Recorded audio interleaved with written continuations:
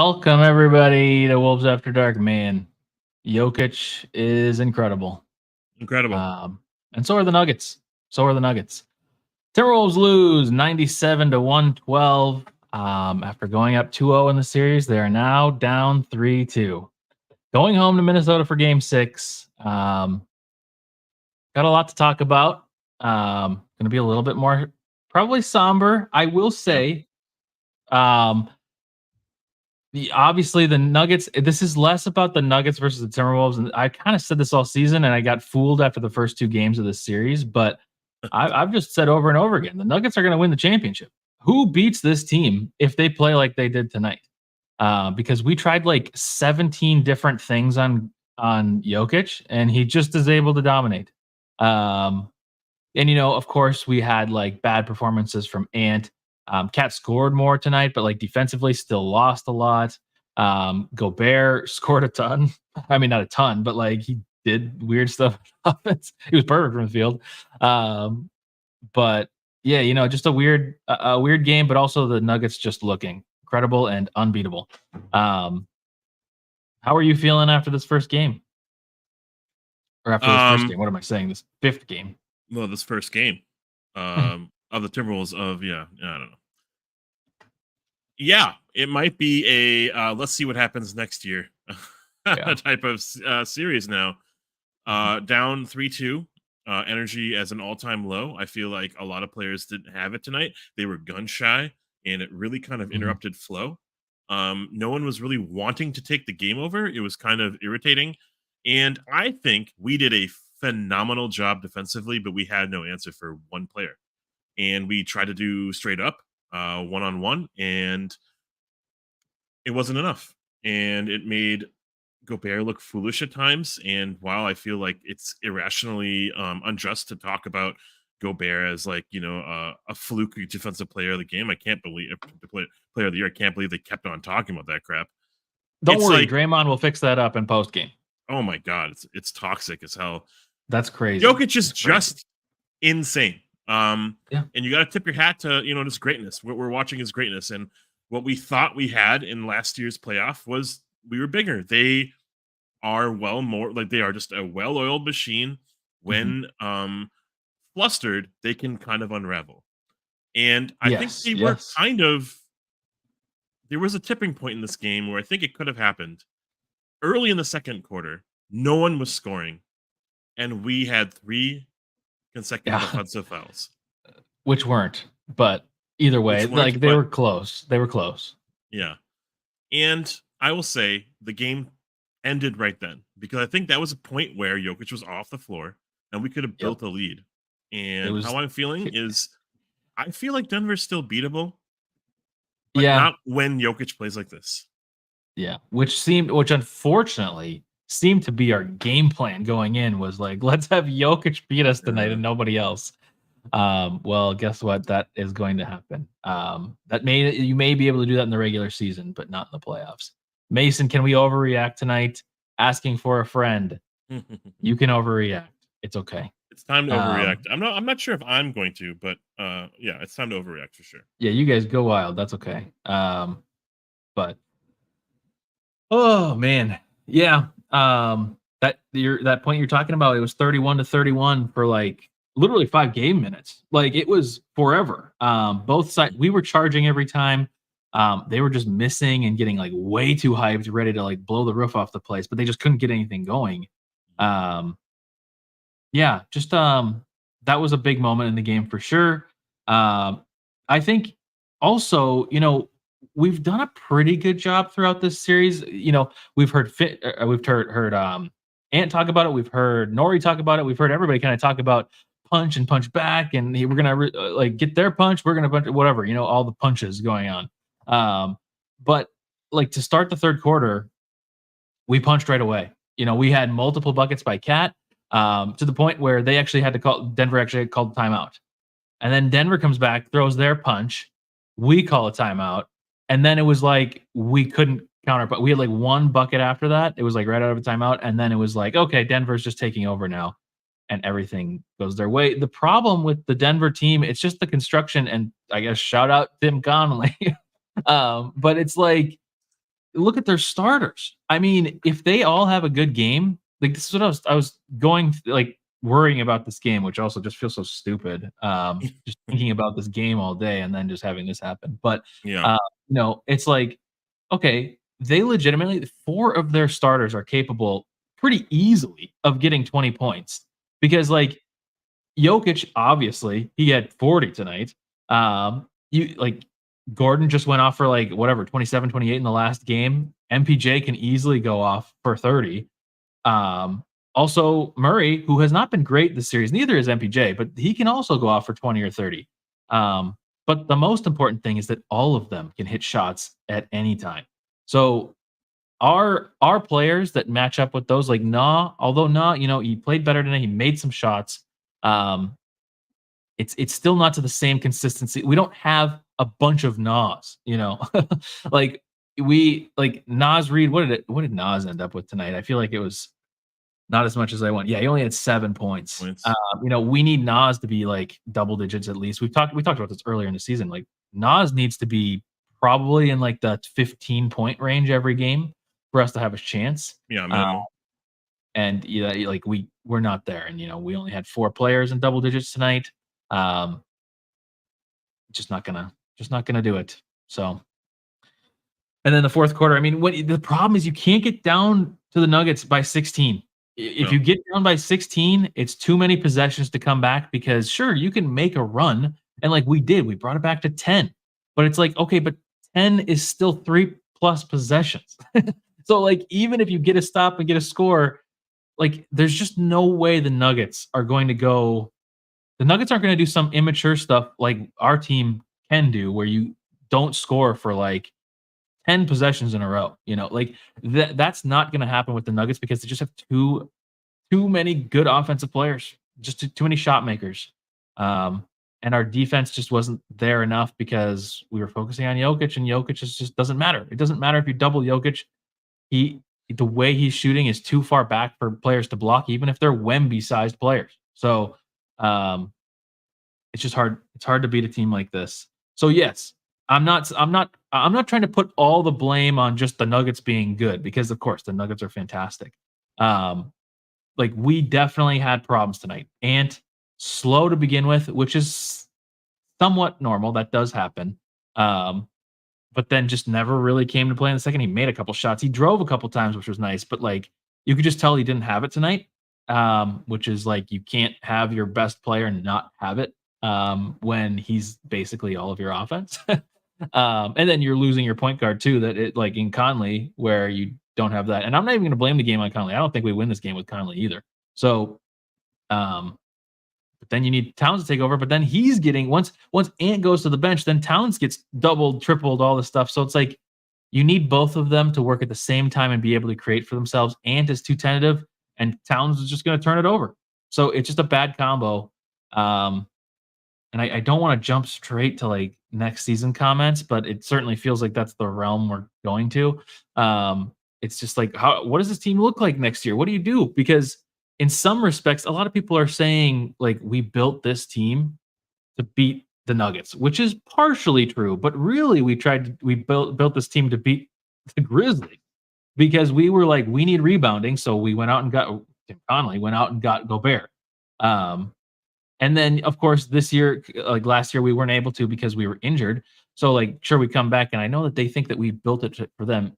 Sure, we are built somewhat to stop them, but maybe better than most. But it just doesn't matter. So, how does this team look like next year? I don't know. I don't know if we want to go down that rabbit hole. I'm just ranting at this point, but I don't really know where to go from here. You can't beat the Nuggets. Well, we've been punched in the gut, man. It feels awful. The wind is taken out, and the 48 hours between game 3 or game 4 and 5 where we had to travel to Denver. The altitude probably got to Ant, and he looked miserable out there. This was one of his worst performances in the playoffs, and no, without question.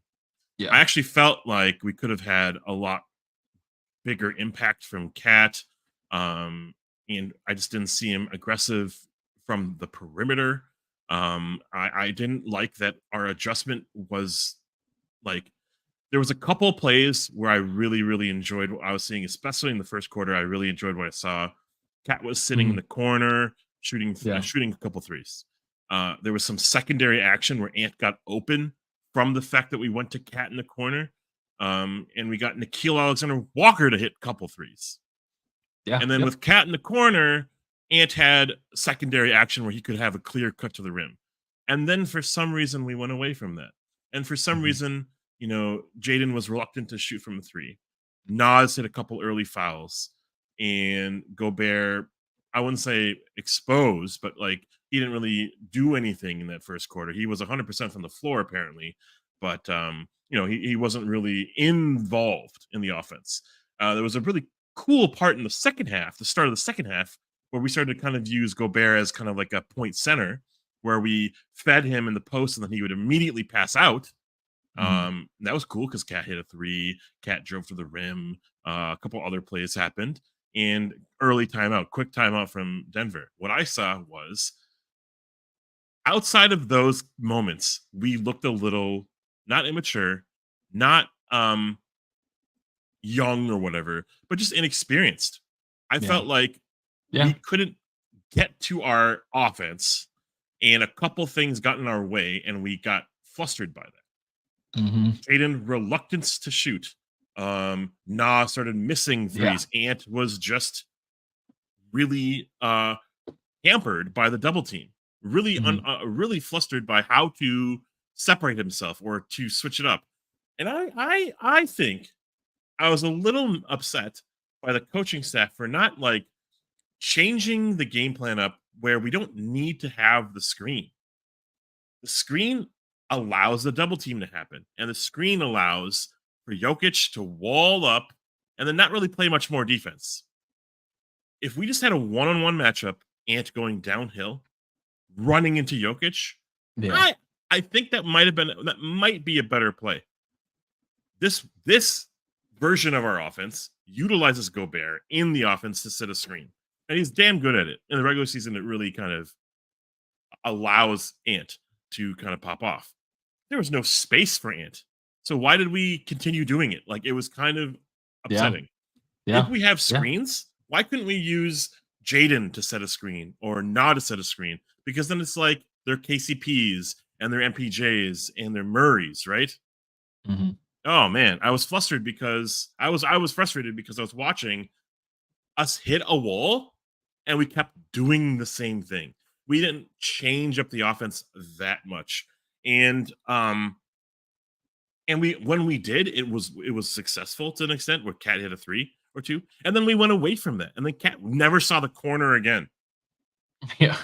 So my like little diatribe here is kind of like the sum of like our adjustments weren't made, and if they were inconsistently kind of executed, and we played decently, not great, but we hit a Jokic MVP like performance. And I think we held the others in check tonight. To be very honest with you, I thought we played well. Their best player off the bench was Christian Brown. We didn't have that kind of player off the bench for us. And I thought we held Aaron Gordon in check, except for a couple dunks that were very monumental. I thought we played their others well. It's just Jokic took over.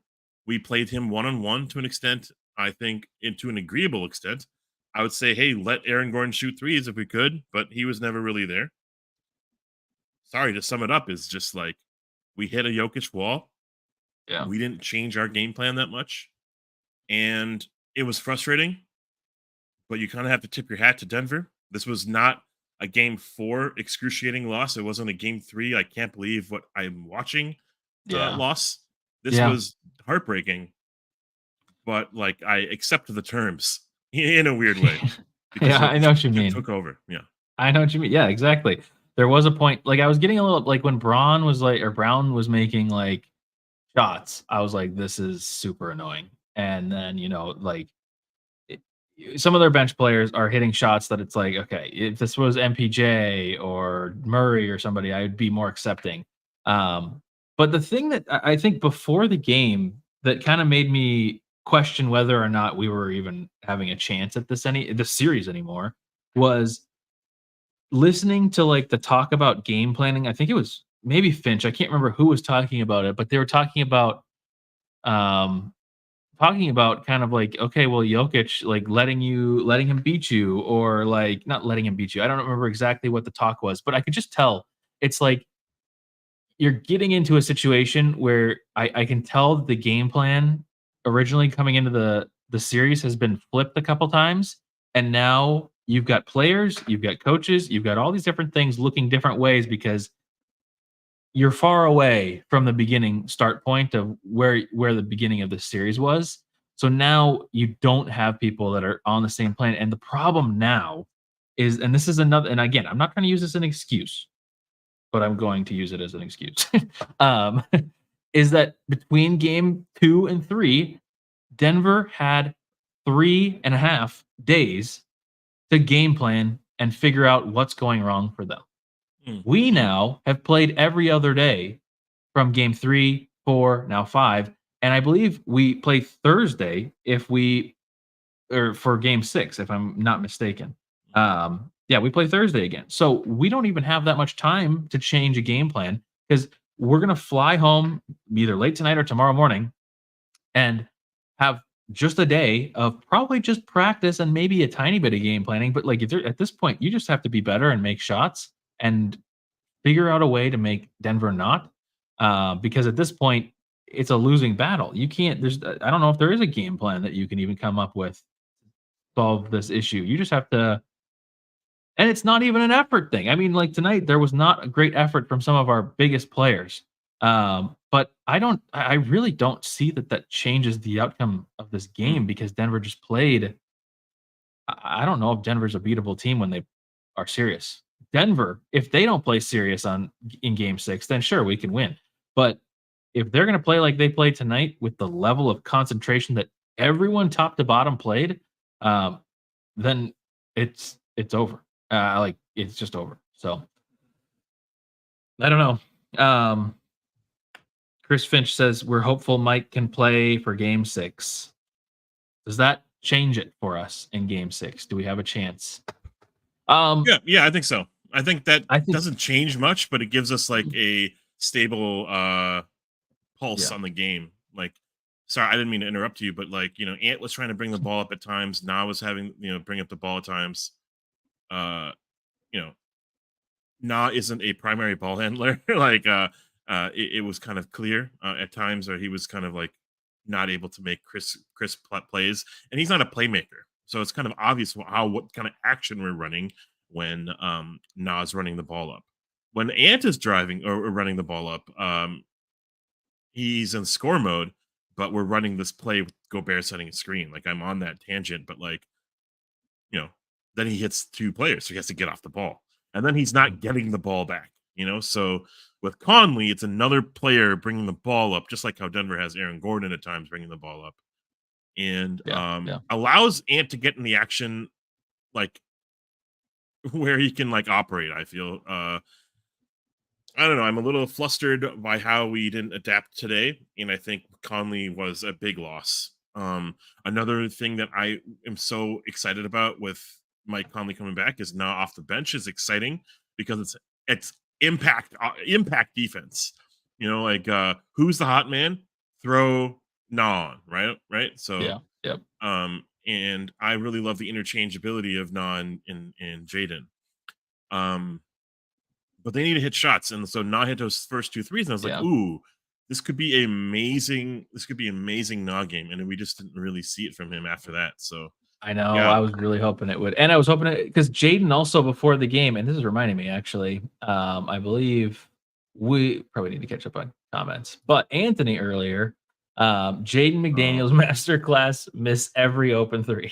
Yeah, he was, dude. I don't know if you watched the body language. He was not feeling himself tonight. His shot was not going, and he didn't want to take a 3. And I think we can't.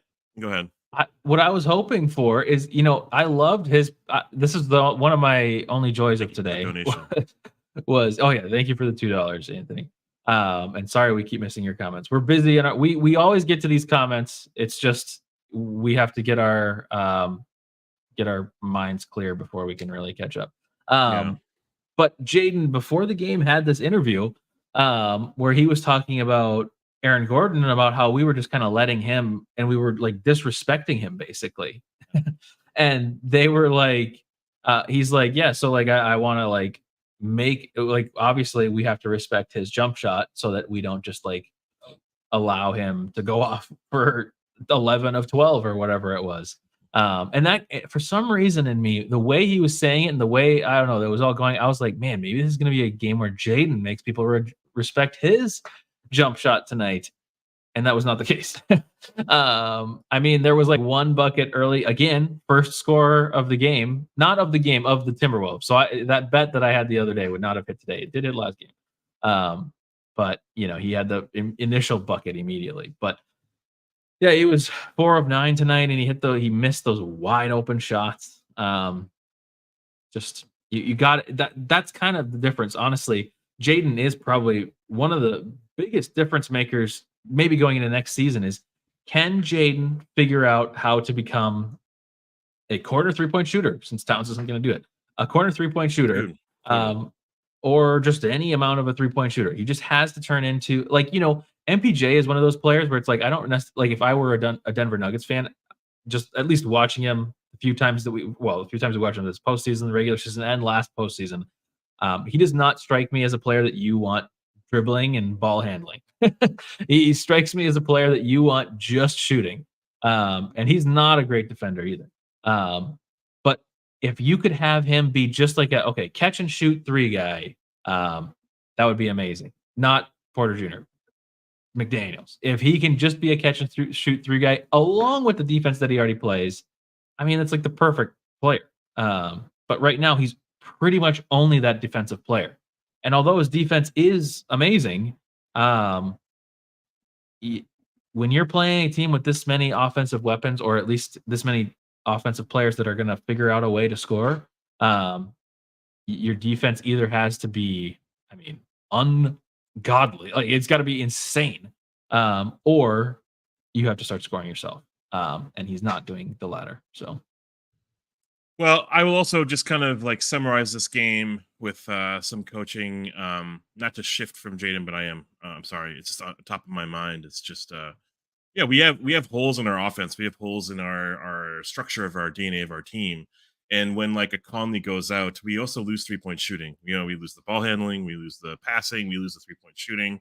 So we need to compensate for that. And, when Ant has his lights on and he's like, gunning, we are saved. We have someone taking shots. When Cat is aggressive taking shots, oh phew, finally. But that's like 1 every 20 games. When we have Naw and Naz shooting threes and taking threes, oh, that's amazing. So now that immediately opens the offense to run downhill. But we aren't making shots. They are clogging the paint to make it impossible for Ant to really get going, accelerating. So, we have to kind of shift our philosophy. And to some extent, the philosophy isn't bringing in slow-mo, right? Which, oh my gosh. The philosophy isn't bringing in slow-mo with Gobert on the court. That further amplifies our holes on both sides of the ball. And we don't have someone who can like actively pass to Gobert. Like the D-Lo to Gobert back in your days, like it was impossible because no one could no one could figure it out. And Conley is another reason why it works with Gobert sometimes, because Gobert can be a problem when Mike Conley actively passes it to him when he's in deep position. But slow-mo is a problem because he's just like a sieve on defense at this point in his career. And I don't know, like he wasn't stopping Jokic whatsoever. It's just like funny, like yeah, we got a couple fouls on Naz, but might as well just keep him out there or something. Like that's what I thought, the same thing. I was like, at this point, we just have to try it. We need to keep the offense running and kind of play the fact that we could shoot the 3 whenever we want. And Naw and Naz and even Monte Morris when it's like show that, present that opportunity. Gobert and slow-mo do not.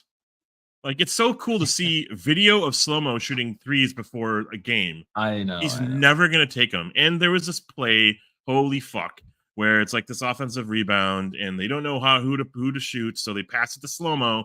Slow-Mo has 2 seconds. He's not going to be able to shoot a shot with 2 seconds left. Shot clock violation.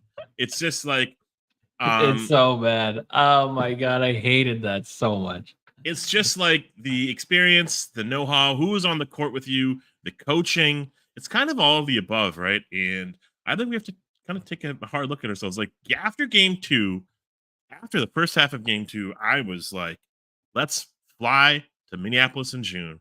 I know. I couldn't wait. I will pay whatever. But game 3 kind of happened, and they found something. They found a way to disrupt our game plan, and what we were doing, we aren't able to adjust that much because all that time off was like spent with ESPN apparently. Yeah, oh man, it's sad. It's like it's not embarrassing. It's not, but it was like tough to watch. Today was kind of hard to watch because it's like we kept it together for a quarter and a half. We had those 3 offensive fouls, and then we just like couldn't figure out how to get Ant going and get our offense back. I thought we had a good game plan to start the game, and it just didn't come back. I don't know. Yeah. To the tier list.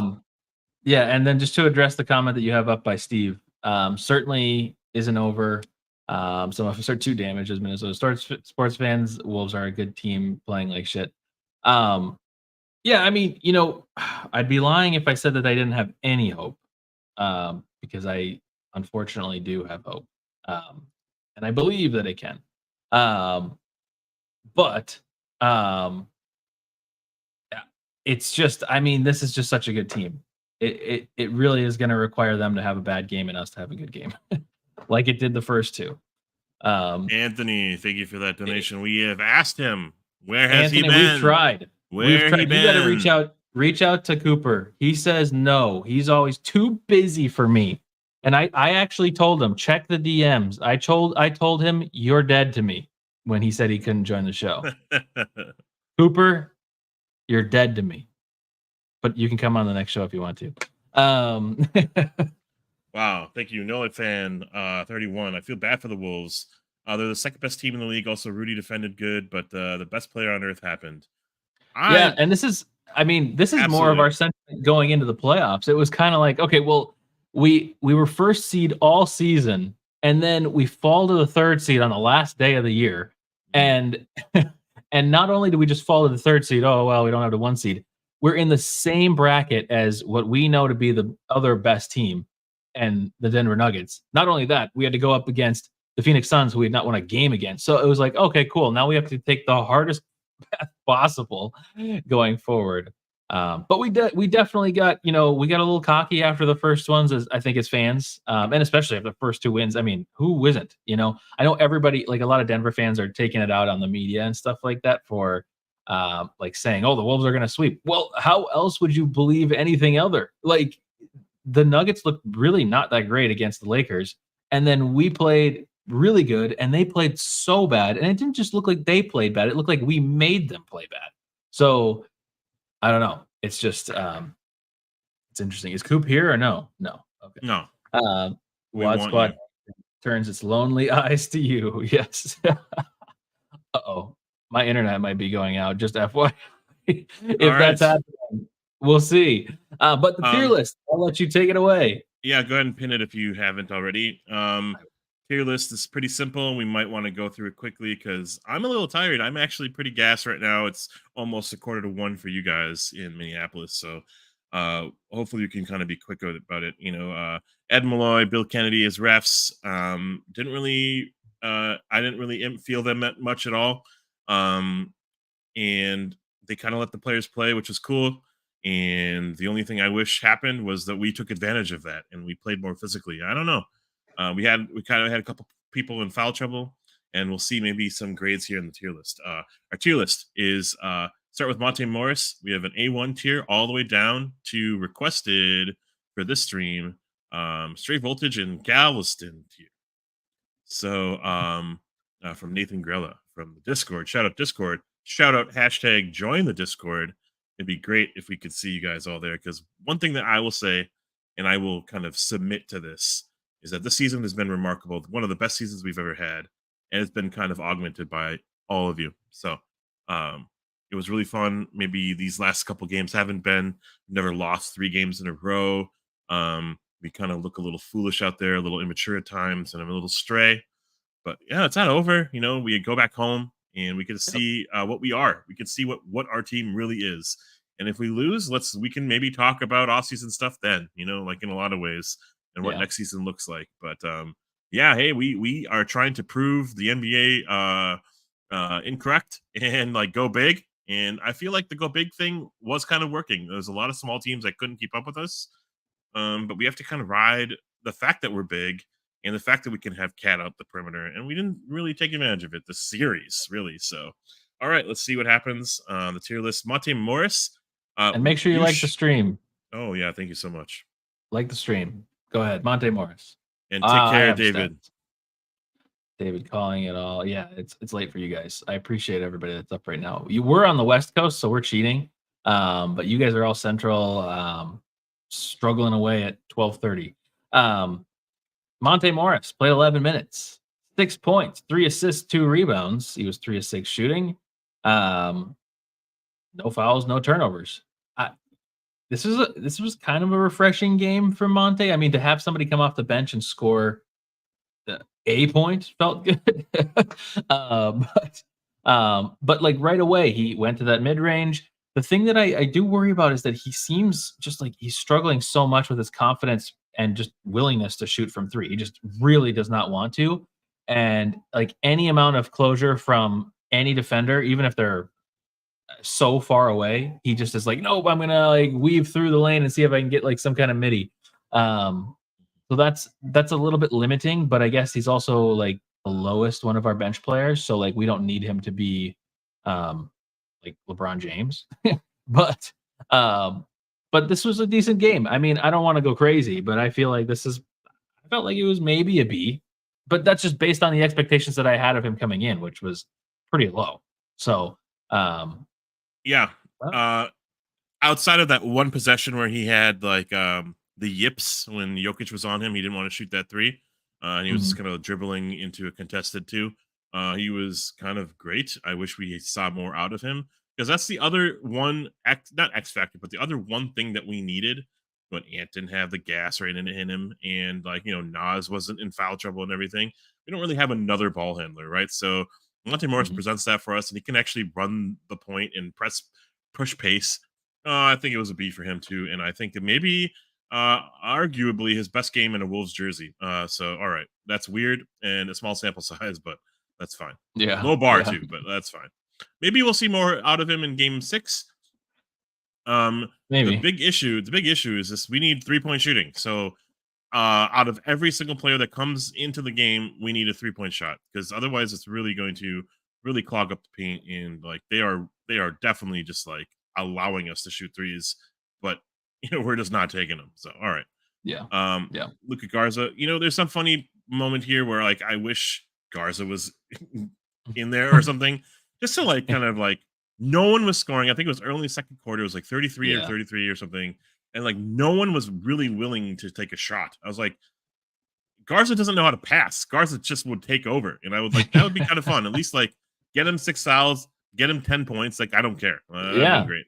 But Solidus actually had a good point too earlier. I meant to highlight this and I forgot. Wolves didn't make Jokic defend. Oh my God. That was the thing I was thinking about during the game too. I was like, because like at this point, you can't stop him defensively. You kind of just have to make him defend, get tired, and or foul. Like one of those things has to happen. Like that seems to be like the last thing. I'm not saying foul bait, but I'm just saying like make him do anything. Make him be a part of that defense so that he has to prove that he's playing on both ends and just tire him out. We put a lot of pressure on Ant to be like a superstar on both ends, which is ridiculously tiring. So if we could do that to Jokic, who is not in shape, that would be fantastic. But instead, he just gets to work on offense, and then we kind of make all their other players work. But anyways, Kyle Anderson, everybody get your grades in for Kyle Anderson. I know it's going to be high. 16 minutes, 2 points, 2 rebounds, 3 assists, 1 pump fake with 1 second left. He was 1 of 2. He was only a -4. That was pretty high. True shooting percent was 50. He had 10 fantasy points tonight. um, it was pretty easy. This is a pretty easy Galveston tier. Oh, great, Kyle. Come on. Yeah, no mercy tonight, Steve. This was Galveston. I mean, honestly, in ways, I almost feel like it was better than I expected. But this is still there were so many, like those 2 turnovers were just so bad. Yeah, the one turnover where he just is like driving into the lane and then he just kicks it out super short to like I think it was Christian Brown or whoever. But the pump fake was worse with 1 second and then takes the shot and almost airballs it anyways. I mean, when he made that first shot, I had a lot of promise. I'm not kidding. When he first rattled that in, I was like, this is one of those patented, and by patented, it's happened maybe 5 times this season. Games where he starts shooting and scoring, and it just is like a killer to the other team because it's like it bounces around the rim 10,000 times and then just goes in, and they're like, "How is Kyle Anderson making buckets against us?" But no, this was a bad game. Yeah, I don't really have anything else to add. The only thing I would add is all the things I've said about him as a player throughout his tenure here. He's been great, and then he's also now been played off the court. So he was kind of a miracle for us when Cat went down, and then that game 2 was probably incredible, but it was kind of not really because of him. It was just that he was a big body kind of interrupting Jokic. Yeah, I haven't seen much out of anything from him, and honestly, I don't want to see much of anything. I'd rather see Naz out there. I'd rather see Naz with 5 fouls out there. And there were some boneheaded plays that I feel like you trust Slow-Mo to not do, and he does because he wants to make an impact in this small amount of minutes because he wants to have an impact on the series, so then he can play more. It's like a damned if you do, damned if you don't play him, pretend he doesn't exist. Galveston. It's like the argument that everybody has about Rudy in the playoffs and being like a regular season player. Like Kyle is that player. Kyle is the player that you need to have for the regular season, not the playoffs. The only thing that I'll say about Kyle that has been well, and especially in this series, I feel like Kyle's been not great. I was kind of earlier in the season, kind of hyped up about Kyle's defense on Gobert or not Gobert on Jokic because there were times where he did play decent defense on Gobert or on Jokic. What am I saying? But that's just gone out the window since, and partially because Jokic is just unstoppable. But yeah, I'm okay. I love your idea. Let's just play Naz until he fouls out. I don't care. Like I'd rather have that than have Kyle Anderson out there. So Solace T, you might as well trash Kyle Anderson because the Wolves. If Conley stays as GM is not going to resign him, there are these final games in the Wolves jersey, so go ahead and trash him. Yeah, if Conley stays, that was why I highlighted this. What? Yeah. Why would he not? Or is he seeing the writing on the wall? Or he made this movie? He's like, "Peace it, I'm out." Or by the way, so Conley, I'm talking about Conley. I'm not talking about Kyle. I'm talking about Conley. Conley, if he gets that offer that they're talking about him going to Detroit or whatever, he should take that instantly. Why? Because I think he hit gold with the Nuggets. The trade with Rudy here was a good trade, and it was a ballsy trade. But a lot of the other stuff well, actually, no, that's not true. He did have the D'Lo trade that turned into Naw and Mike Conley. But like, he's had some not like I guess I'd say he's a little bit fallen off because think of all the free agent signings that we had. We had Shake Milton, he's gone. We had Troy Brown Jr., he's gone. We've got Kyle Anderson as a part of this. We've got there's one more that I'm forgetting. I mean, Monte has not really turned out to be much either. So there's no way any GM would leave Ant. I so disagree with you, Cameron. Why would he leave I don't us? Because To Detroit? I don't know. I think there's a lot of pressure. There's a lot of pressure situations happening here, and it's like he seems like the kind of guy that much more prefers to thrive in an environment where he's not expected to thrive. Because like he got the Nuggets to where they are, and then he left, and then he got the Timberwolves up to a good level, and to me it feels like he's gonna leave. Anyways, this is the pointless conversation. This is an offseason conversation that we will have with all of our offseason content. Well, Noah agrees with you, but yeah, we'll see. I don't know. I'm not saying I'm right. I'm just saying that's kind of what I feel like is going to happen. maybe I agree that he should do that, but Oh my gosh. I don't know. Our franchise is so doomed if that's the case. We're gonna waste Ant. I Don't can't worry, believe we'll it's still have happening. Glenn. Glenn will be Well, Pobo or whatever. as we previously chatted about, Mike Conley was unavailable. Dude, I don't know what happened, but it was the very last play of the game. He got like some soreness in his Achilles or something, which is very, very I have to go scary. back and watch that. Yeah, I'm so confused by that. But Nickeil Alexander-Walker took his place in 40 minutes. He got 14 points, 5 assists, 4 of 8 from 3, 5 of 12 from the floor overall. And I felt like he was one of 2 or 3 players that really kind of had something going. And we just we're just reaching, honestly. And I thought he played a decent to good game. Not a whole lot of complaints. The only problem is, Nickeil Alexander-Walker is amazing in like spurts, in bursts. He's Yep. supposed to be this bench high energy player, and then he's asked to play 40 minutes. He doesn't have 40 minutes, in him. He needs to be in and out of the lineup and kind of hit high impact players. Anyways, I thought it was a good game. He's just not the playmaker that Conley is. That's all. That's the reality, honestly. Ain't no thing but a ding-a-ling on a chicken wing. True. Absolutely. Yes. Big facts. Yeah. I mean, I feel like this is probably a B game from Naw.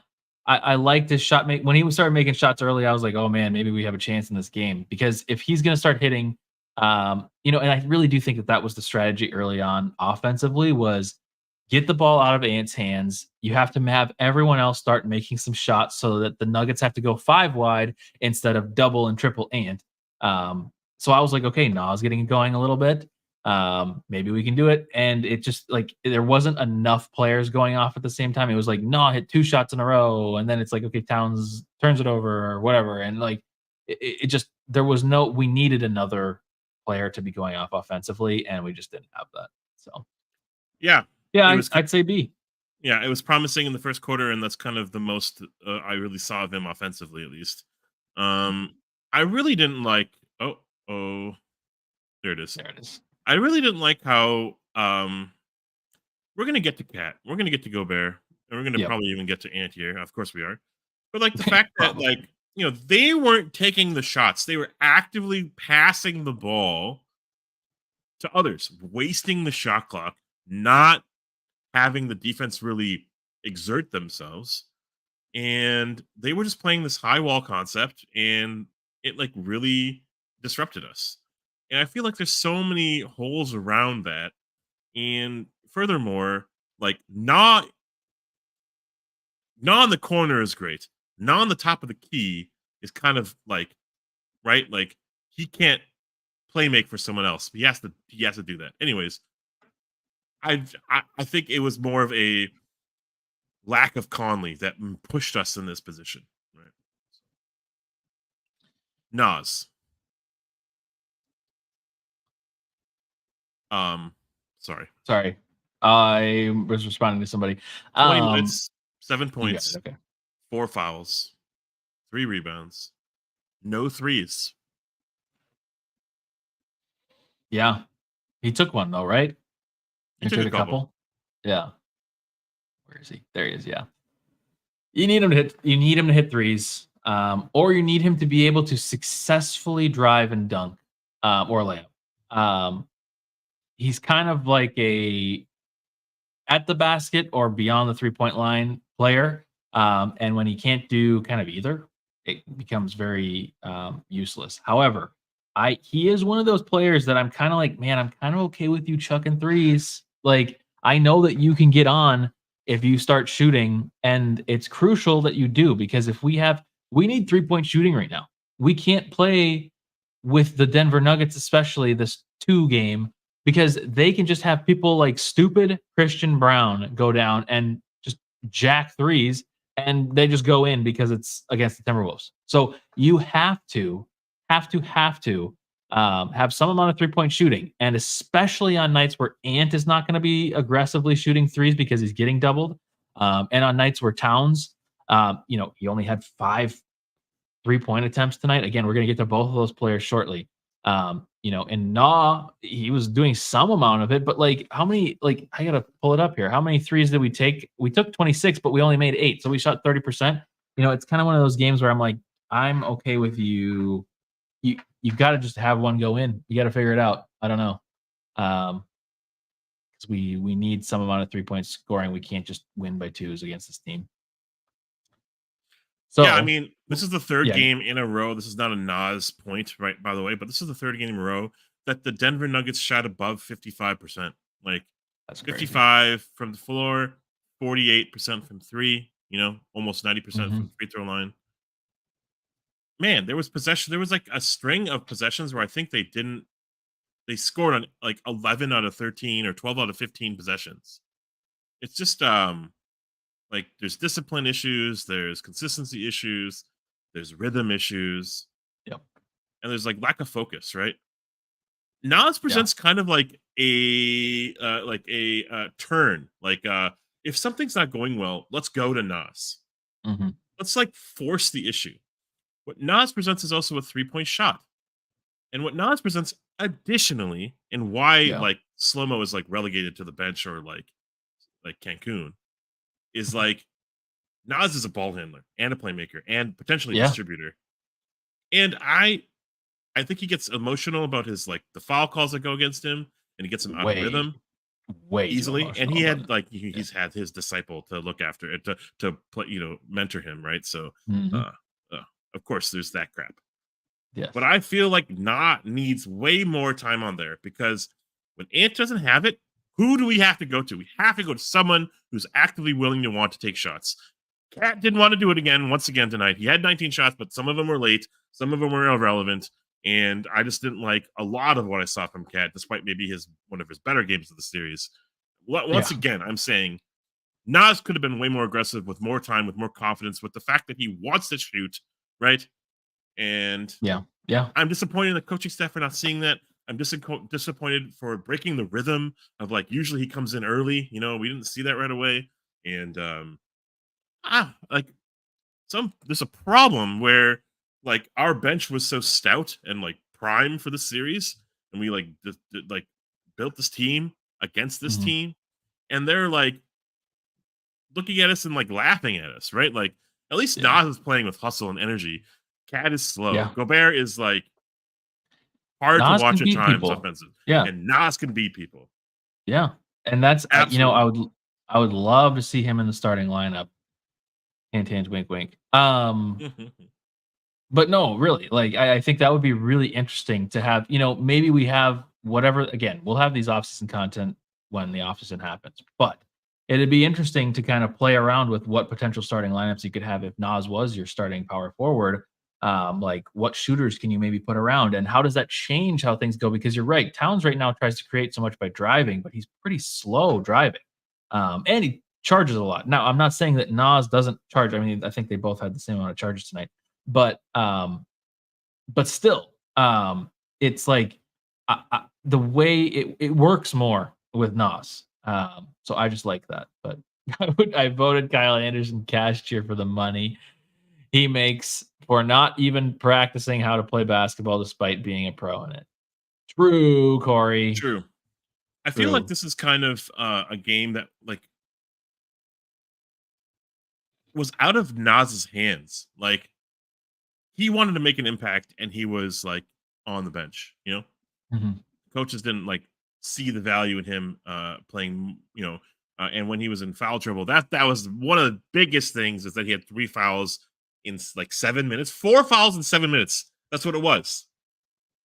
Yeah. So he actually played into like, Jokic's like there's like a transition foul that he had and all that sort of junk, and a couple fouls that maybe he wasn't going to be called for, but because it's Nas, it did happen, So it's like maybe what we're seeing and what we're kind of reacting to #live analysis after a game is just like what we want to see and what we didn't see.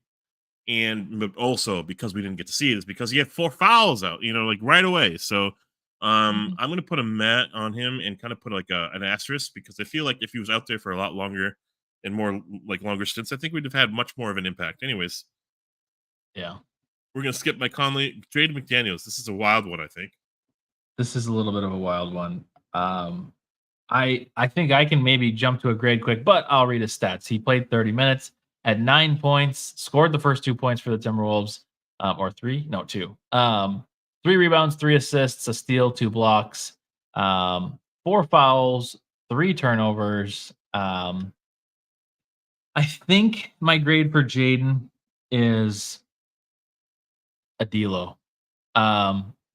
We need more scoring. The defense was there. He was hounding at times. I do feel like he didn't have as much of an opportunity because so much of the game was Jokic and Gordon in the paint and just like getting their own rebounds and getting it like dunking and like it was just everything in the paint. So, Jaden was a lot more out kind of guarding the people that they may have passed to, but it was really just between those two players a lot of the time. So he didn't have as much of a chance to really impact defensively. However, he did still pick up 4 fouls. The main thing is that just like Anthony was saying, Anthony, what's your last name? Giamatti. I was going to say it, Diamatti. Just like Anthony's been saying, like Jaden has to hit open shots. If you're not going to hit open shots, it's just like how we were we were letting Aaron Gordon shoot wide open threes because he's not a great 3-point shooter. And then he's able to prove it. He's more of a tested and battle tested player that can, if he isn't the best 3-point shooter, he's going to find a way in the playoffs to make an impact. That's what Jaden has to do. Whether it's this year or whether it's next year or years to come, he has to figure it out how he can become a 3-point shooter or just a scorer in general. He's been better with driving this year. And again, this offseason we'll get into more of like how the team did for the whole year. Like he has improved his driving this year, but we really just need that 3-point shot. We talked about it earlier. So yeah. Yeah. He had the yips tonight. He looked like Markelle Fultz out there at times where like the ball's on his hands. He has free reign to shoot. He chooses not to. He's fumbling the ball. He's turning the ball over. I think he had 3 turnovers tonight. He used to be able to be a decent, like not a bad ball handler, but like not a great one either, but he was decent, very average. And like, where is that handle gone? He's like unable to really dribble the ball anymore. I think, the defense intensity, it cranks up, right? So now Denver's in the passing lanes. Denver's like swiping at the ball, and it's kind of impacting Jaden. I think I think he gets kind of bullied out there a little bit too. Like he gets pushed around because of his slender frame, and he can't really stick up for himself. But he tries, and I think I just think the world of him is just this might be a bigger than him series. Like, I struggle sometimes, but he plays so well defensively, but he can't really affect the other end. And I loved what I saw early in this series where he was cutting and he was making the defenders defend him. Like they were putting KD on him in the first series, and then they were putting Jokic on him, and he's like not messing with that. He's not making them work on defense. And well, if he's not taking shots, he's not making shots, he's not really getting to any sort of rhythm, and then he takes these really contested high arcing shots. Denver wins that possession. So I'm going to give him a meh. And I think you said D-Lo. So I think the crowd is kind of with you here on D-Lo. So let's move on to. Oh, I forget that it's always there. It's too far away for me to see, so I'm not cheating. I promise. I'm not cheating until I see it here. So like right now, I'm looking at Gobert right now, but I'm not really making any sort of note of it right now. Gobert though, in 40 minutes, went perfect from the floor. Had a couple offensive rebounds, 18 and 11. He had a couple block shots on Jokic to be exact, a couple steals as well. But that happened when I think, the game really wasn't in reach. And a couple fouls. I think he had 4 fouls. You know what I really, really liked about his game? Those fouls were hard fouls. I don't mind fouling hard in the series. I think we're playing too soft. I think we're playing like Swiss cheese, both defensively as like a kind of a analogy, but also just like, like we're playing soft. We could play so much bigger and stronger than them, and we choose not to. We don't drive to the rim. We don't affect their defensive game plan, and we don't make Jokic work on defense. What happened in game 2? We had him exhausted. He was just on his knees, wanting the game to be over. And game 3, something happened. Something switched. He got to the line a bunch, And then game 4, their confidence is back. And then tonight, I felt like Jokic was unstoppable. So Gobert, it's not really. I'm not grading you impactfully based off of the 1v1 matchup. It was insane. Yeah. I know. It was insane.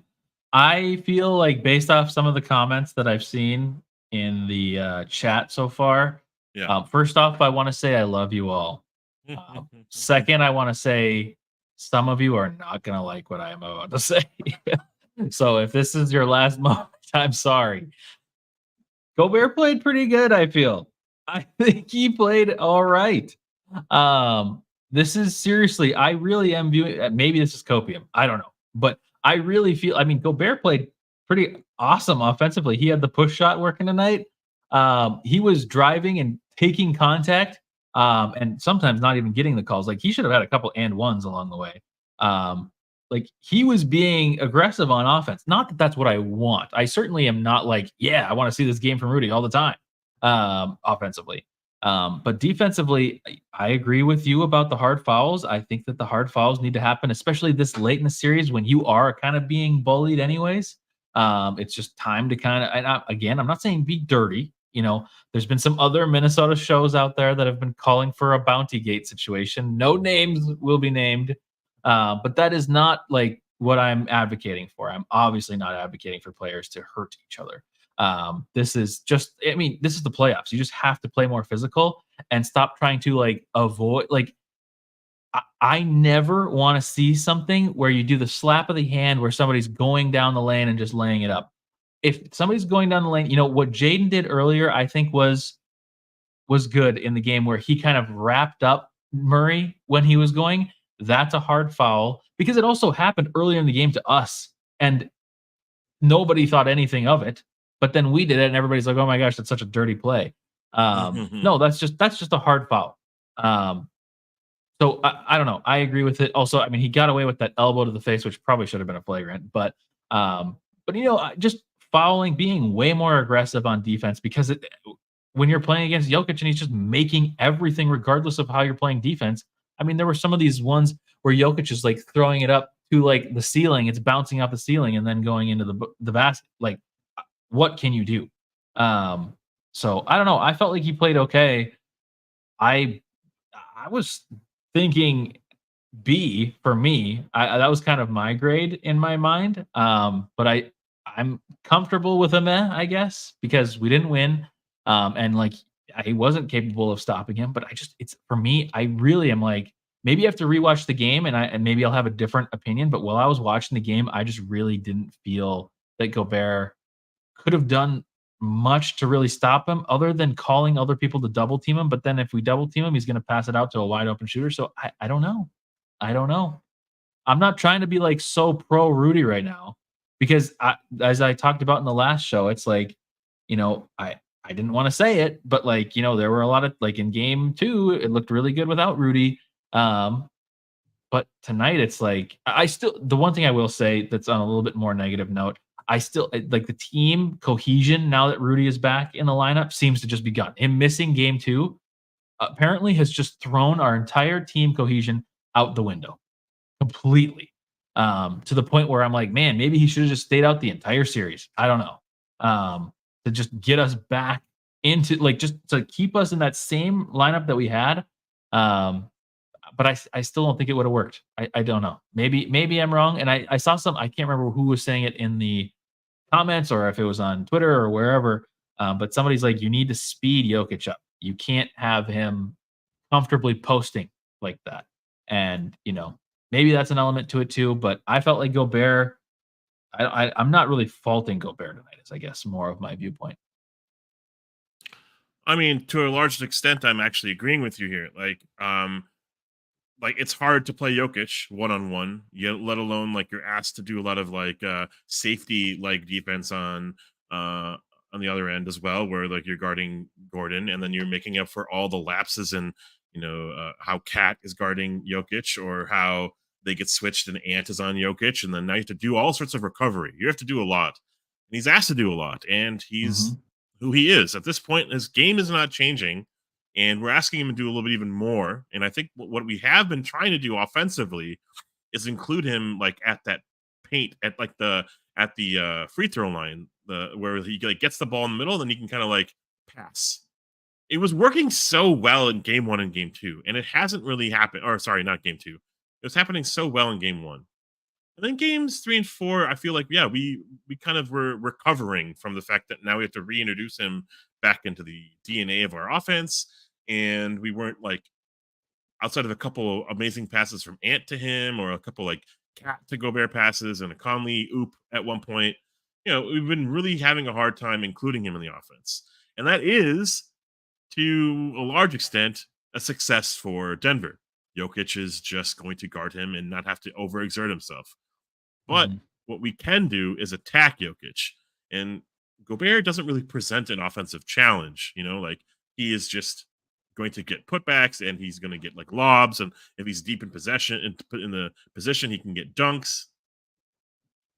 But like as an entity, like as a player, we can't like actively go to him because we have all our scoring on the perimeter, right? And Ant needs to take his shots and Cat needs to take his shots. So we can't actively just like pursue Gobert offense. So I'm not like really faulting him for it, but like to some degree, we need to find ways to get easy offense. Man, there's so many plays where they're just getting whatever bucket they want, and we have to really work for everything. Man, what happened in game 2? Like we were making them work for everything. They were unraveling because they couldn't get anything going. Yeah, I don't know. Like, it's going to be a very interesting 48 hours because we play right away. We're taking a flight right now on our way back to Minneapolis. We have to go right away. Yeah. I don't know what kind of massive adjustments we're going to be able to make, but it's got to be right here. It's got to be here. Yeah. Yeah. You can't. You just have to somehow find a way to play better or hope that the Nuggets just miss shots. But that's how the game went tonight. It wasn't like, well, maybe you just hope that they miss shots. Like, they were just dominating. Like Jokic could have done the post ups literally every single time. And what did he shoot? He shot like 80% for the game. Like he shot 70. So like he could just do that all game. What is stopping him from doing that literally every single possession? If he wanted to on game 6, unless we come up with something crazy, like triple teaming him, fouling him, but even fouling him, it's like he could break the record and go for 100 points.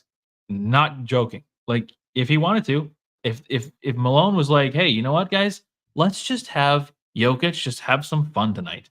He could have 100 points because there was no stopping that play. It was 15-22. If he would have shot 100, I mean, it's just like game over. It doesn't even matter what the other players do. But anyways, what's your grade for Gobert? Well, I mean, I feel like I have to keep talking. I mean, I have a couple things, but it's like not on Gobert even. Jokic, 16 points in the third quarter, 6 for 7, right? Like no one was stopping him. Cat was out there for the whole third quarter and really kind of had his burst in the 3 minutes of in the first part of that third quarter and didn't really get going, right? So like Jokic played that entire quarter and kept the gas pedal like hit, right? And a lot of energy from Aaron Gordon. And okay, that's the duo for them. Like Murray didn't really have the game going on tonight. It was really Jokic and Gordon that really like fueled everything. For us, our size is our strength. Gobert, Cat, Naz, right? Even our size at the perimeter. And we just, it was hard, not embarrassing, but it was hard to kind of watch, frustrating to watch, that we didn't really like push them around. We didn't really get Jokic out of his spots. We didn't really make him work. Did you watch multiple possessions where it was a Cat or even Gobert? Jokic was just like backing him down without resistance. Well, because he has the weight advantage. Like Gobert is a lot more of like he is like athletic in the sense of like he's built, but not like it's not like obviously Peck was like a very like hard player to move. Like you weren't going to move a player like that. But Rudy is like this taller, lankier type of big. So like it's the same issue that like, you know, Wembanyama is going to run into because like he's never going to be like a large player. He's just going to be a long player. And so like a player like Jokic, who is actually physically larger and rounder. I'm trying to say this in like a nice way because I'm not trying to like say that he's whatever. But I like he will always be able to do that. You might have to be 8 feet tall to stop him, unless you are going to pack on the pounds because Gobert's just not that heavy. I don't know. gave Gobert a Like B because I think I actually yeah. like what I saw for the most part. It's just, you know, I'm hoping that we can really frustrate Jokic. I'm hoping that Mhm. we can do something to impact what he's been able to do. To the extent where like the game plan is to have him just pop off, fine. Yeah. But he in the first half he had 8 assists. So he was able to do whatever he wanted and he popped off. So it's like wrong story. Next game plan, please. Yeah. To the back of the book, you know, like where your best ideas Mhm. apparently are. The vault. Like they take our first option away. All right. What's our second option? All right. What's our third option? All right. We have to like go to Gobert because we have to make Jokic work. I don't know. Like I don't know what it is, but I hope it's something. I gave Rudy Gobert B. Cat is next up. 38 minutes, Sweet. 23 points, 6 rebounds, 4 assists, 2 steals. Apparently, 10 for 19 from the floor. So I'm glad that he took shots at least. And he was fairly efficient. A couple shots late that were irrelevant. And he only took 5 threes and he only made 2 threes both in the first half. Yeah. This was I don't know. This is we just need more. He was hitting some shots like early, I think it was early third quarter when he kind of came out strong, and that was really good. And he did get injured early. He banged knees, the same knee that he had the meniscus injury with. Um, this was a significantly better game, obviously, than the last game. Um, but he's still trying to do a lot of the thing that's the most damning is he only had 5 3-point attempts. I want him shooting more threes, but maybe he's just not as good of a 3-point shooter as I think because this entire season we've been talking about it. And what has it been? It's almost always been like 3 attempts, 4 attempts, 5 attempts from 3 the entire season. Um, and then there's been a couple random games where he shot more, and it's been kind of nice. We should have known midway through the season, and maybe we did, that it just wasn't going to happen. It was just done. Um, but yeah, I don't know. This is a disappointing game. It was better, I guess, than the last game. I don't even know what to say. This is just this game is one of those ones where I'm like, man, Towns is just not the right fit for our team. Um, I've said it multiple times recently. It's just like I know that if Towns plays the best version of himself, it is great. We need that. And that best version of himself is shooting threes in the corner for spacing and hitting them at a high rate like we know he can. Um, I have no idea what to grade him though. And this is all I have is thoughts about the offseason. I'm not trying to Oh, see, like I know somebody could cherry pick this one particular game that we're talking, or this and the last that we talked about Towns and say, oh my gosh, they're complaining because Towns had one bad game. But keep in mind, a lot of the pro Towns people are very much like, oh, how many points did he have? There is more of a story than how many points he had to a game. So, yeah. What are your thoughts on him? oh boy. I want to say I'm pretty lukewarm at best. I think he was a little bit more stable tonight than I've seen him in other games. Stable meaning he was here to play, and I think the moments in the first quarter, early in the first quarter, and early in the third quarter, really set him apart from his previous games this series. Game two, of course, he popped off for 27, but like the game was kind of ours anyways. Mhm. Um, I really needed Towns tonight. Like Ant was clearly dealing with something, and we're going to talk about Ant, and it wasn't a great game from Ant. No. But like we have 2 stars here for a reason. Yeah. I don't want him to be Michael Porter Jr., where he's just sitting there, not like waiting for his chance. I want him to actively move to get the ball, to get the 3-point shot up. Like, I think the because problem with me is that I do want him standing there like Michael Porter Jr. because I think no, no, that's no, where no, he no, can no. succeed. What I'm saying is move around the perimeter to get the ball in the 3-point shot, to get his 3-point shot going. Okay. If he's just sitting in the corner, that's great and all, but Ant didn't have it going, Cameron. Like, Yeah. so where can our offense come? It can't just come from this 3-point shot that's in a corner that the ball's not in his hands yet, so he needs to move around to get open. And I just found him to be a little lackluster in that regard. And then when he had the ball in his hands, he's like doing a fucking Dirk fadeaway. He's doing some other nonsense. He's like, He late made in the one. game, yeah, and he's doing some like, he's doing some really weird like running shot, running shot that like he hasn't made one yet, So I think he had one in the Phoenix series, and then that was against like KD, and that was pretty awesome or whatever. No, that was against Beal, and then he had like one tonight, and that was like in the third quarter where like it was lucky to go in. Honestly, I'm frustrated with his like mentality of like how he wants to get his offense going. At least he didn't do any post-ups. I didn't see a whole lot of post-ups tonight, and I was like frankly kind of thankful for that, because that just takes up shot clock time and we're not doing anything in those moments.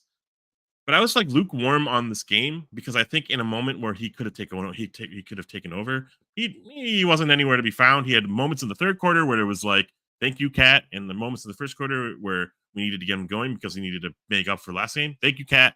And like then a couple points at the end of the game when it was out of reach. Thank you, Cat. I didn't really like this game, but he didn't really like hurt us. And then finally, there was some sad fouls that went against him, and that's because he can't stop Jokic when Jokic is popping off like this. But why can't he play stronger? Why can't he play more like in his face? Like I don't know if he knows how to defend like that. And I think it's kind of becoming a point of like malcontent where I'm like looking for Naz to be off the bench as opposed to having Cat out there, because Naz at least was flustering Jokic a little bit, and also is a threat from the perimeter and is actively looking to get the ball on offense. He's also, I mean, like Nas blocked Jokic tonight again. Like he has had some of the better defensive moments against him. Like obviously, I don't know if Rudy's better. Like Nas can be beat, and he's not like an elite defensive player, but he has played pretty decently. So, yeah, I don't know. The Towns thing is going to be a long conversation this offseason, especially depending on how the rest of the series goes, because it's not over. And apparently, there's a report out that Timberwolves Anthony Edwards to a ball arena ball boy. See you here for Game 7. Sweet. That's awesome to say, but we really, not to say that I'm reaching the same point that I've reached with Towns about like I'm just ready for actions to speak louder than words. But like this is awesome to talk like that, but you have to back it up, otherwise it means nothing. Like, what did you grade for Cat? I honestly I don't B. know. I did not say B. All right, we're met. We're met. Okay. Sounds good. Anthony Edwards. 45 minutes, 5 for 15 from the floor, 18 points, 9 assists, 7 for 8 from the free throw line. He only hit 1 3, 4 rebounds, 4 turnovers. Our dude, our heart and our glory. The reason why we are such a stand for this team. Yeah. But put Minnesota back on the map. Can't have a game like this in the playoffs, especially any game 5, 6, or 7. Like that, this is an unacceptable game to have at this time, especially when you are the guy. Given he's 22, still, like it just can't happen. So that Antco is not real. Hardwood Paroxysm or whatever they are retweeted it, so I assumed it was real. Well, my story on Ant is that the first half, I'm not super shocked. Like the first half, this has happened before, and then he's gone off in the second half and had like super strong third and fourth quarters because he's trying to get everybody else going first, which I think makes sense. I don't even necessarily think that that's like only a him decision. I think that's somewhat a coaching decision, and just like you have to have that happen. You have to have other players go off because you can't just have Anthony Edwards try to go for 40 or 50 in the game, because we've seen that with Donovan Mitchell in these playoffs. You can't do that. Like, just because your player has 50 points or how Ant had 44 or whatever it was last game, that doesn't mean you win. So it's I understand it to some degree, but then that means you have to come out blazing in the second half. I just didn't really. I saw a little bit of bursts of energy at times, and maybe he was also conserving energy because he knew that the first game that he played in Denver, he was ridiculously tired in the second half.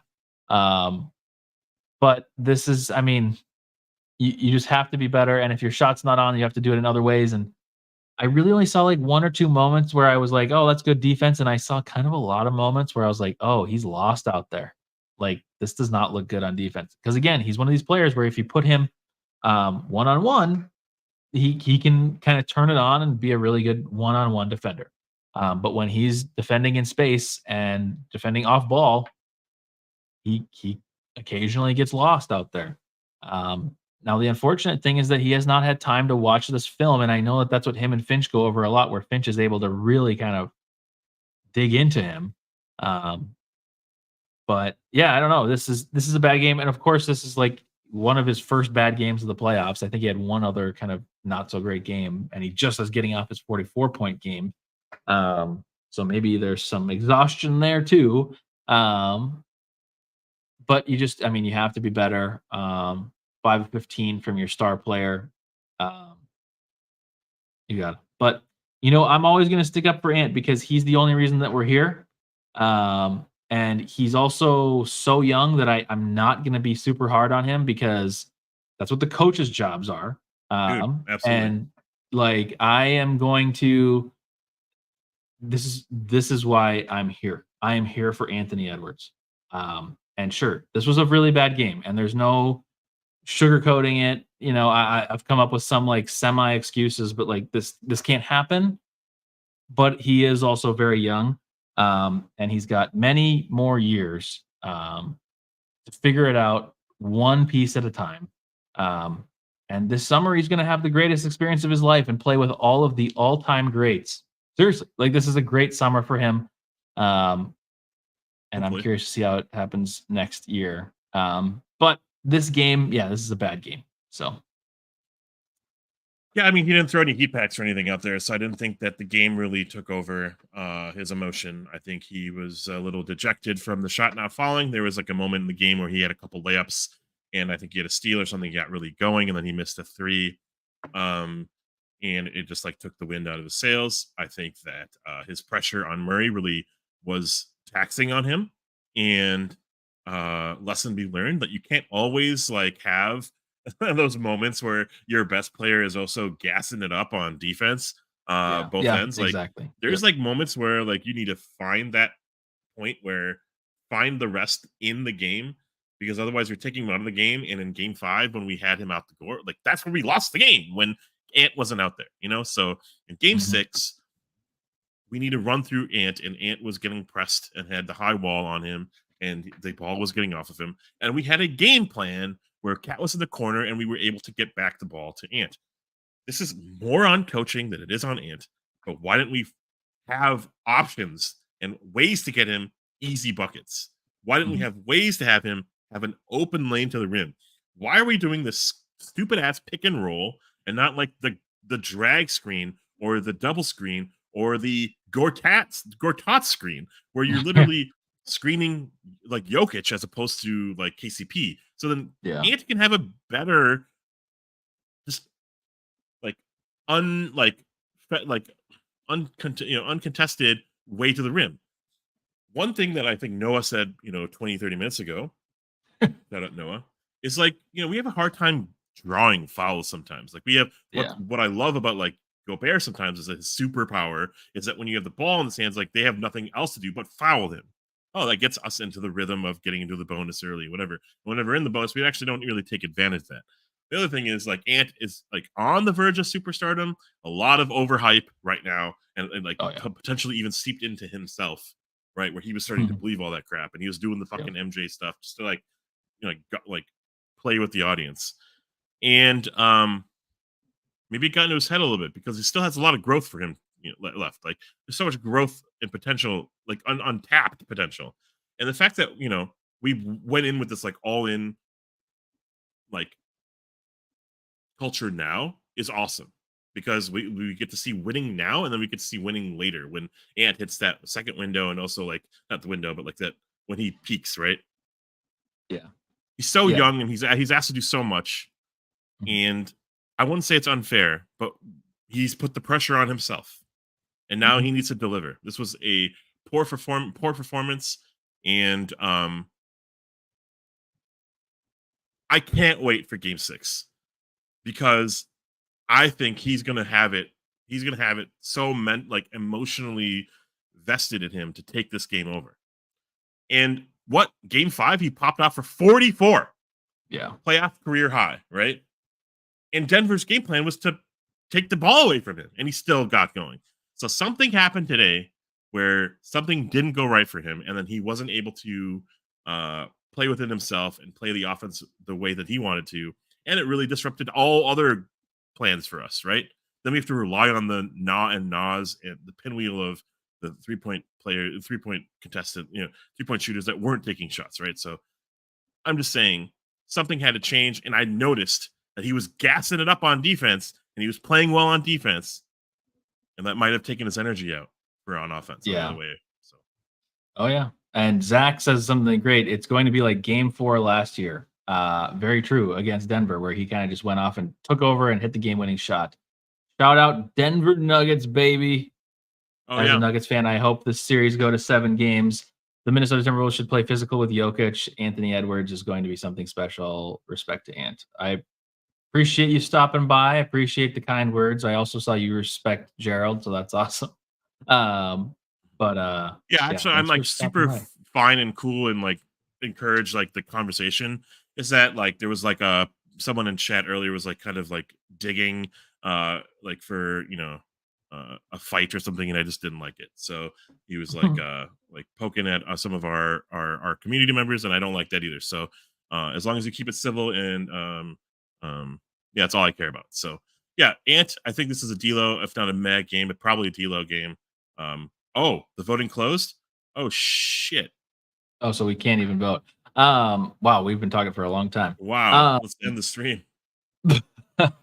Yeah, I guess the final vote for me though for Ant is probably, it's probably D'Lo. I mean, he didn't. I don't know that he took away from the team. Like Juancho is taking away from the team actively. What did he end up with turnovers? He had a couple, right? He had 4. Yeah, I mean, it's not like an egregious game. I think it's a D'Lo game. I think that's fair. I think D'Lo is probably good. But and then we didn't have anybody else to grade, right? That was everybody. That was everyone. I mean, there's a coaching staff as well. Sorry, man. Ran out of time there.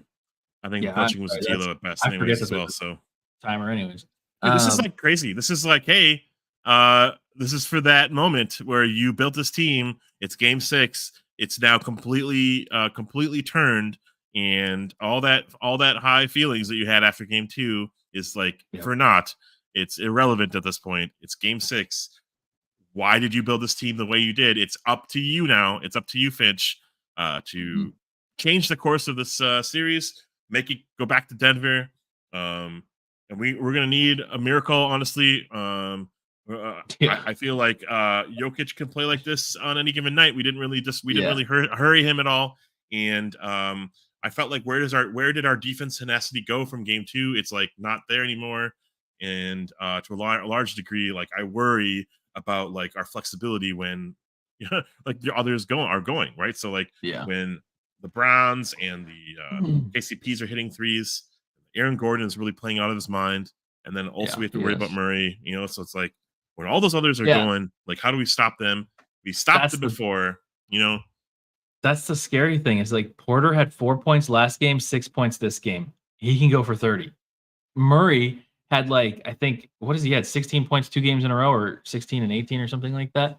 He's like not he really can go off great. Like crazy too. And I think the Denver Nuggets baby in chat was also saying like or I can't remember. Somebody was saying like Ant expended all his D like on Murray because he was on Murray and he was playing. That reminded me that he was playing pretty aggressive defense on him early. But still, there's just those moments where like he really is getting lost on defense. But I did save a couple comments. I know we're really long already, but I wanted to save a couple comments for some discussion points. They can be kind of quick. I don't want to have to spend forever on them because we will have some off-season content. So make sure you're subscribed, guys. We may already be there. I'm not even sure.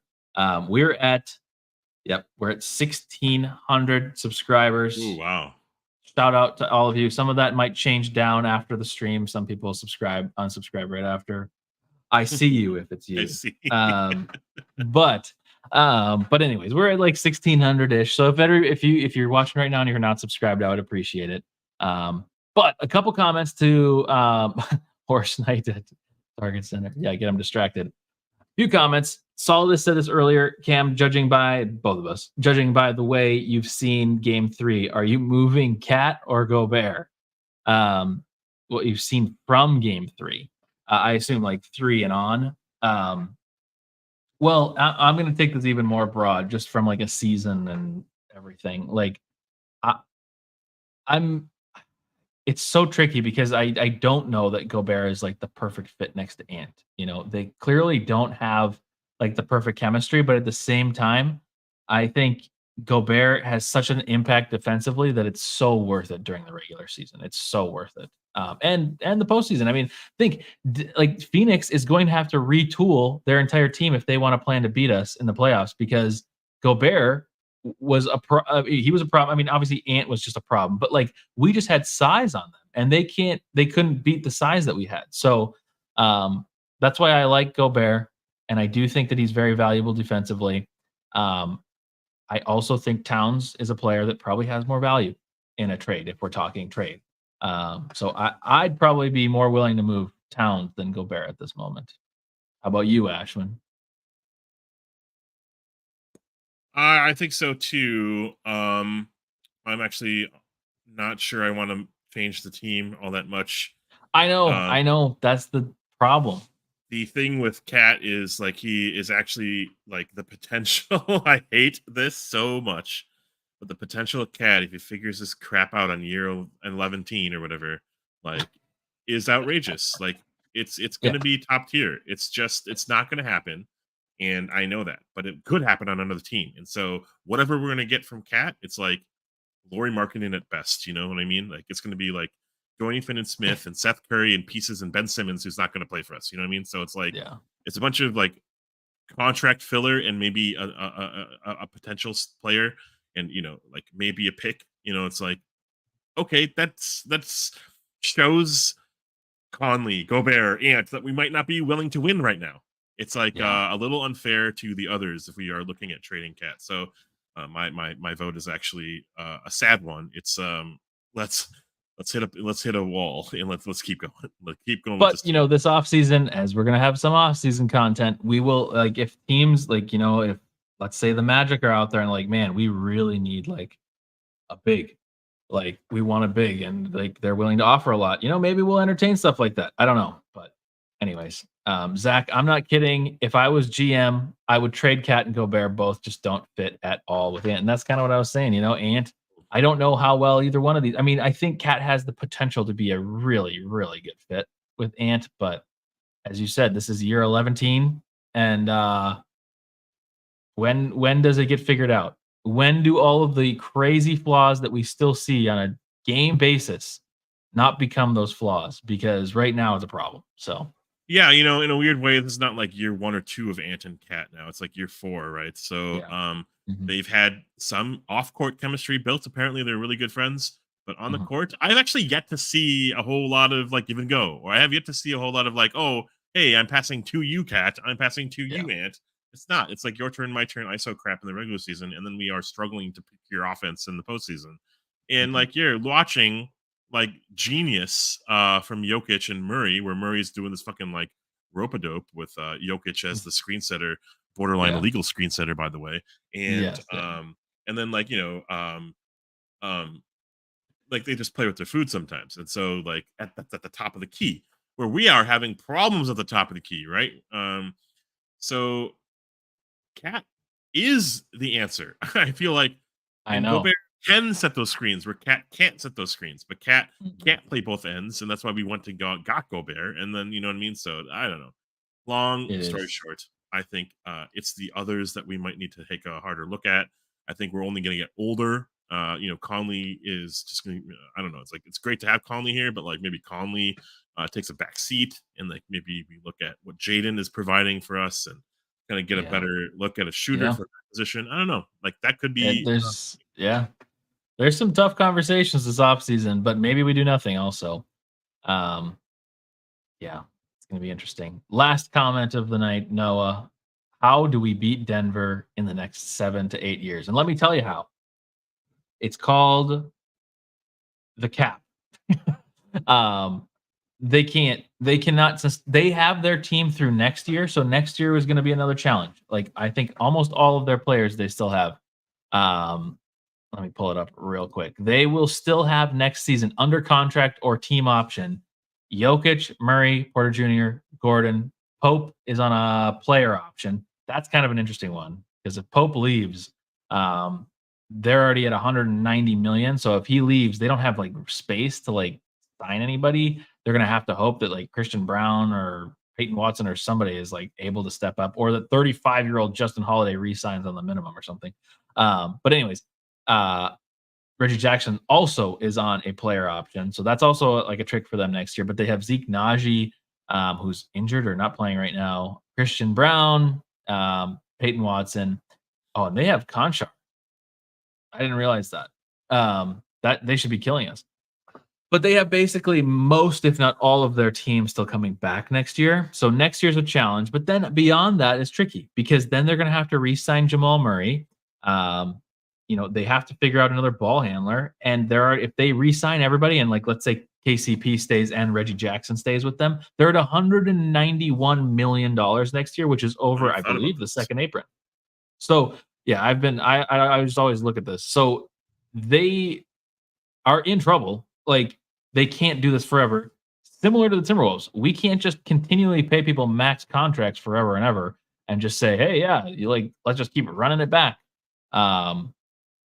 Because one, the Nuggets are champions, so they can do this a little bit more if they want to. For us, that's why I think, I know Ashwin, you're a little bit more of like it should stay the same, and it very well may. We've proven, unfortunately, probably enough that we need to just run it back. But the contract situation, if you're not winning championships or not getting, we got farther than we wanted to, farther than we expected this year. But if you're not going to make it deep into the playoffs, like an actual title run,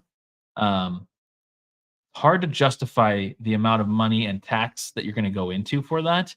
But you could also argue that this essentially is the championship and you are playing the champions, because if Denver wins the series, which it appears they will, they are going to win. They are going to win the championship. So there's tough decisions. Again, that's what comes back to my Tim Conley comment, is why it's like this is a tough situation for us, because it's not like it's like we're definitely making it to the finals next year. And one comment that I made, and this is maybe the last little tangent that I'll go on before that we're done for the night because it's already late and you guys are up at like 2 a.m. Central Time. But like, so I was talking to a Nuggets fan on Twitter, and a respectful Nuggets fan on Twitter, and we were kind of having a back and forth, and I was just like, yeah, man, I just like, as a Timberwolves fan, and just looking at the team construction that we have right now, like it's hard for me. It may be easy for another team or like the Nuggets or somebody to look and be like, well, we're going to be good next year, so we can come back and have another deep playoff run. That's not a guarantee for the Timberwolves.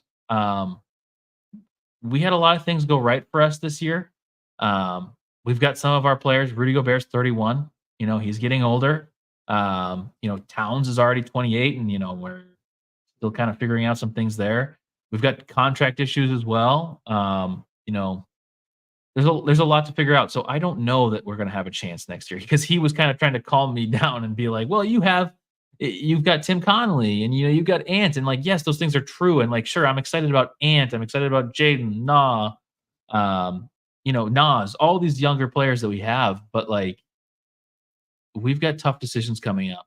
And some of those tough decisions could potentially affect our ability to we'll make the playoffs, but like this felt like a season if we didn't run into the Nuggets playing like they are right now where we could have made it deep. Um that doesn't happen every single season. So just a little scary. So To rephrase the how do we beat Denver in the next 7 or 8 years, or to how can we stop Jokic in the next 7, 8 years? Like, yeah, play faster, uh, mhm, play more physical, play like hit him like now, like he's walking, he's like wasting time at the after a make or a miss or whatever, he's like walking the ball up the court or whatever. Like press him, like make him run and work and get tired. And like it's so crazy. You watch Cat and how he gets posted up. He tries to get position and he actually ends up not in the position where he wants to be. He's like way out on the 3-point line, beyond the 3-point line. He gets the ball and yeah, he's like, oh, I have to run 20 feet to get, I have to post up for 20 feet. He doesn't get to do that. He doesn't do it often at all, And so Jokic just like kind of bullies the post up. But maybe when his back is against where his back is facing the hoop, you can double him, and then you just have to sprint and recover and just get the ball out of his hands. It's so easy to say, and because he always just like beats you at that. But okay, we tried the let Gobert beat you, or let like Jokic beat you, and it just doesn't work. yeah. So we have to let the others beat you, and it's probably not going to work. And so we have to play Probably physical. We have to really like run up the score, play faster, and limit our turnovers. I think the second quarter had a huge reason why we lost this game. And yeah, maybe the game like was hard to contain once it became like double digits. But like just look at that like 4 minute stretch where we couldn't score. If we Mhm. like in those non-Jokic minutes built an 8-point lead, holy crap, they're like pressed, right? They have to Yes, struggle to exactly. get Yep. offense, and we could play a little bit freer.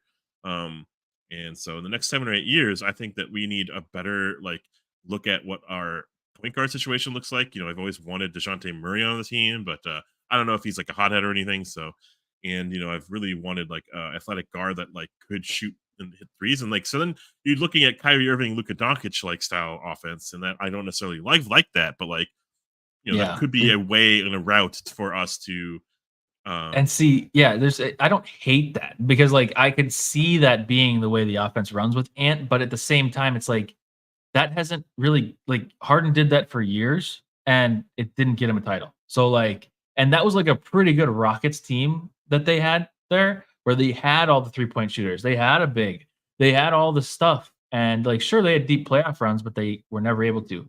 You could argue that they just ran into an immovable object in the Warriors in the mid 2010s or whatever. But like, um, but we've got the Nuggets. So like, it's just, you're going to have to find a different way to win yeah, and as you were alluding to, and as I was alluding to earlier, it all falls on Cat to become the supermax player and contributor that we need. So yeah. Murray's not a great defender. Michael Porter Jr. is a solid, not great defender, and KCP is their best, but he's aging and he's like not. What I mean, like he can become a pushover. So a yep. lot of stuff we got to get younger, we got to get faster, we got to get stronger. It's like all those things, and we're bigger right now, and it works to an extent. I don't know, man. I know it's like fucking 1 a.m. or 2 a.m. or whatever.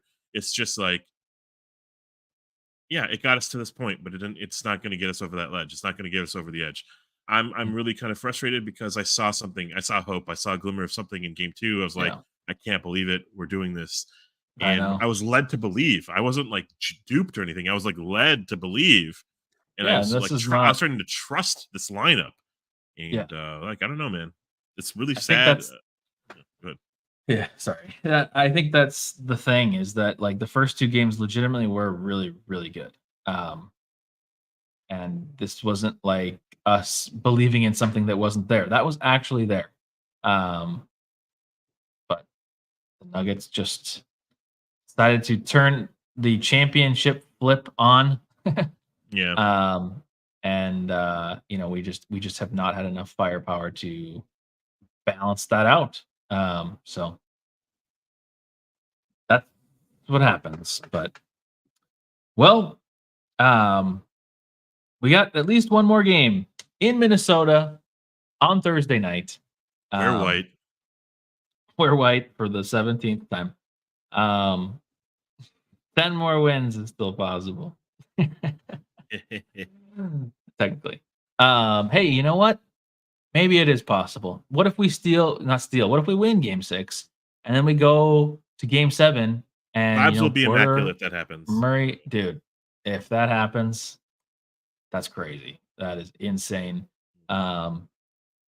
Just we'll be able to look back at this show and be like, wow, look at how sad and like defeated we were.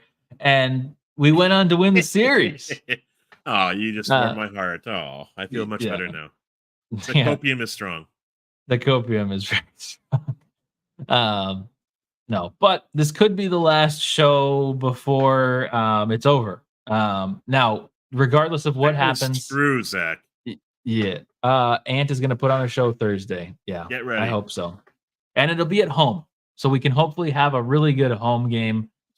Because those poor fans spent $700 a night to see 2 losses, but